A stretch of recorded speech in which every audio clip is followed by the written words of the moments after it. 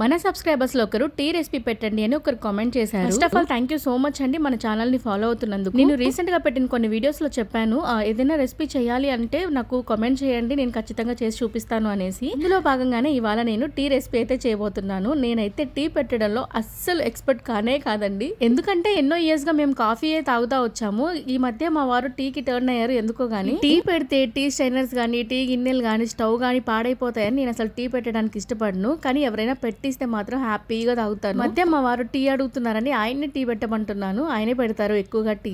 Tea అంతా కాజాక ఇంకో glass లో వేసుకుని ఇలా పై నుంచి పోస్తారు, ఎందుకంటే ఇలా నురుగు రావాలి ఆయనకి. ఏమైతే టీ కోసం ఒక గ్లాస్ పాలకి హాఫ్ గ్లాస్ వాటర్ వేసుకుంటాము, ఎందుకంటే చిక్కగా ఉంటే టీ మాకు నచ్చదు. ఇంకా టీ పౌడర్ ఇంకా షుగర్ కూడా ఈక్వల్ గా వేసుకుంటాము. చిన్న చిన్న బుజ్జి స్పూన్స్ తో 4 వేసుకుంటాము. కాకుండా టీ ఒక పొంగు రాగానే స్టవ్ ఆఫ్ చేసేస్తాము. ఎక్కువగా మరిగిన టీ తాగకూడదని. తాగడం కోసం నాకు మా వారికి ఇలా బుజ్జి గ్లాసులు తీసుకున్నాము. ఉన్నాయో కామెంట్ చేయండి. అలాగే మీతో నెల్లూరు అమ్మాయి ఛానల్ సబ్స్క్రైబ్ చేయండి.